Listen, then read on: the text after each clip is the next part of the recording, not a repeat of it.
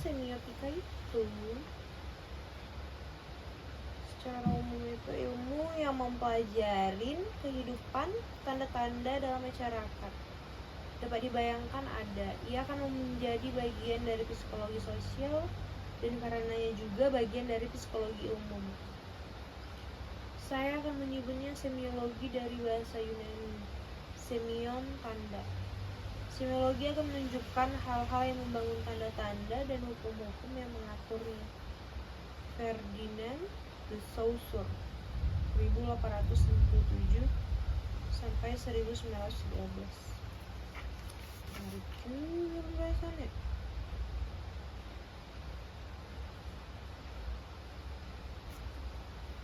Ini kalau si Caca juga gak paham-paham, gak nyari buku ini luar biasa sih. Dia yang mau skripsian, gue yang ini ya, gue yang pusing, gue yang malah punya bukunya. Apa dia apa? Nah, makanya nongol nih. Cuman sistem tanda jadinya, tapi juga cermin budaya gitu. Marcel Danesi. Oke, dicatat. Makasih ya. Oke. Kalau lu mau ambil bukunya datangnya ke kos 2.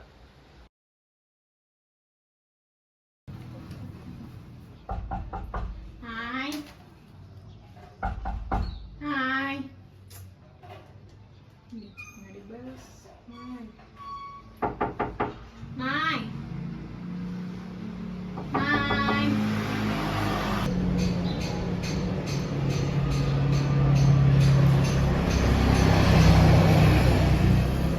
Wih, nggak diangkat-angkat. Mana sih?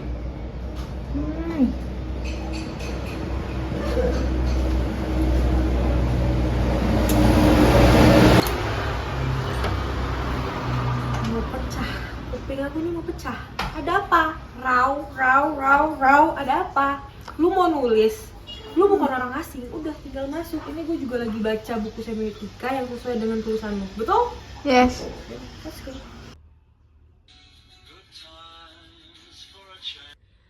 Iya, maksud gue tuh lu stucknya tuh di mana gitu loh. Sedangkan kalau nggak salah ya, minggu kemarin tuh bulan lalu tuh gue udah ngasih referensi buku yang ngebahas tentang sesuai judul lu tentang semiotika tuh tadi. Satu itu dari Arif Budi Prasetya yang analisis semiotika film dan komunikasi. Kedua tuh gue kasih juga dari Marcel Danesi, pesan tanda makna. Itu udah kayak, itu sangat relevan loh sama penulisan lu. Dan kemarin kita teleponan, gue juga ngasih tahu beberapa tokoh yang juga bisa lu bandingin pendapatnya perihal semiotika. Jadi lu bisa dapat tuh plus minusnya dari maths itu gimana, dari tokoh lain tuh gimana gitu loh. Gimana? Masih kurang? Yang di terminologi itu loh, yang di buku maths itu tuh gue bener-bener bingung banget. Katanya emang separah itu ya? Ya iya, mau separah itu. Itu dia. Gue udah baca semiotika itu dari Peirce kan, yang lebih logis gitu dan epistemologis.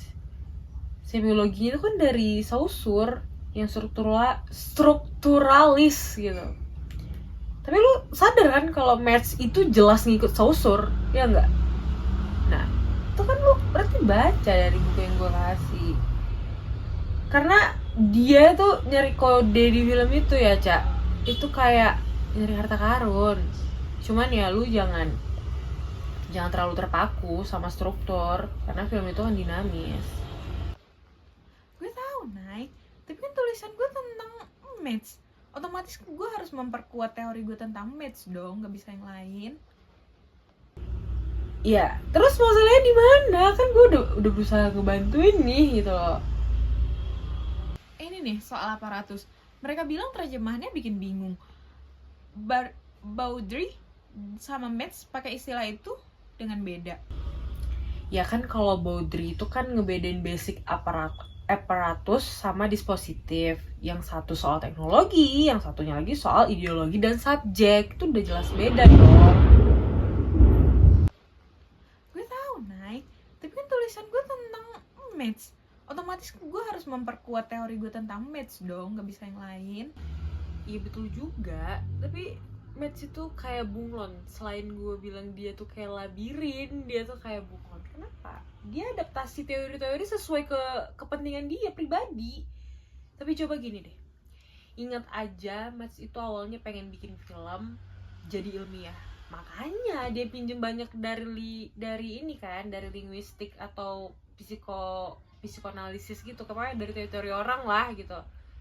Tapi lama-lama dia sadar bahwasanya film itu lebih kompleks dari sekedar rumus gitu.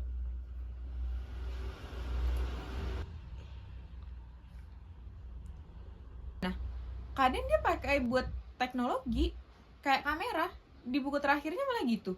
Tapi di The Imaginary Signifier dia pakai Tenang aja, Ca. Justru dispositif itu menarik lah, lo Bozrika. bisa nunjukin bagaimana Match itu kompleks, kontradiktif, tapi kalau lu sadar dia tetap penting kan sebagai tokoh yang harus kita analisis.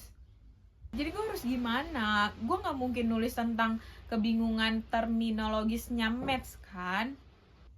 Dia tuh kayak peta yang gak sempurna, tapi tetap berguna buat menjelajahi hati abangda. Ya pokoknya lu pahamin aja dulu konsep yang lu mau gitu loh. Gue juga ingat soal Louis, Maths pernah pakai material untuk ekspresi, itu juga bikin bingung. Nah, kalau lu bahas Lois itu emang bikin mumet kepala lu juga. Tapi intinya soal elemen-elemen dasar film sebelum diolah jadi tanda, kayak bahan mentah sebelum dimasak lah. Jadi gambar, suara, sama dialog itu bagian dari material the expression. Bingo.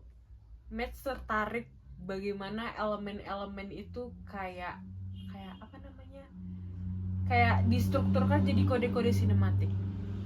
Coba lo bayangin gini, Miss Ensign itu kayak resep makanan, lighting itu kayak bumbu. Semua elemen itu diatur sedemikian rupa biar penonton tuh ngerasain sesuatu gitu. Nah, paham gak maksud lo? Nah, Match lah kokinya.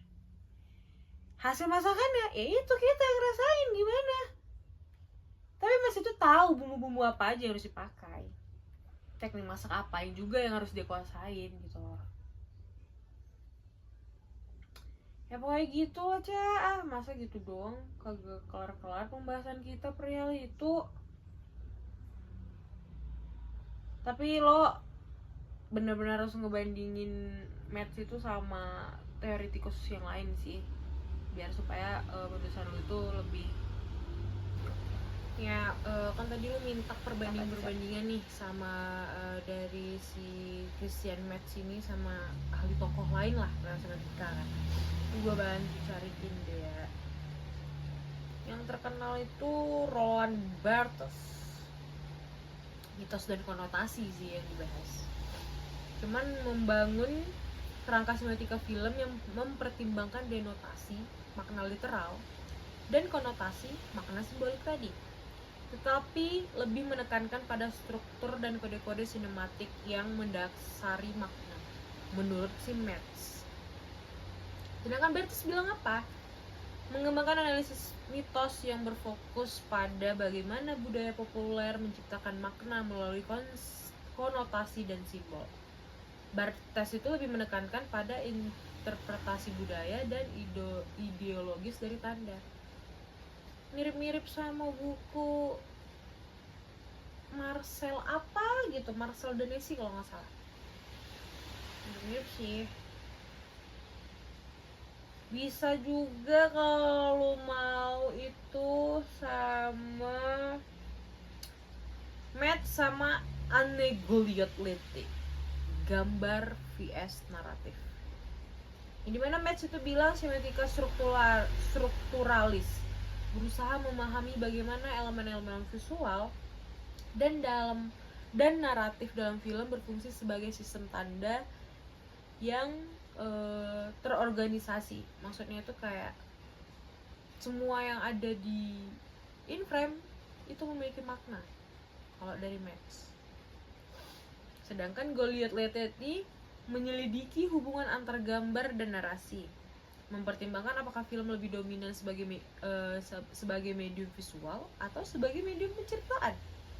Jadi analisis detailnya itu yang dimana Goliath Lete menentang pandangan bahwa narasi selalu menjadi patokan atau dominan dalam film, karena bahwasanya visual juga bisa menyampaikan makna yang kompleks juga gitu.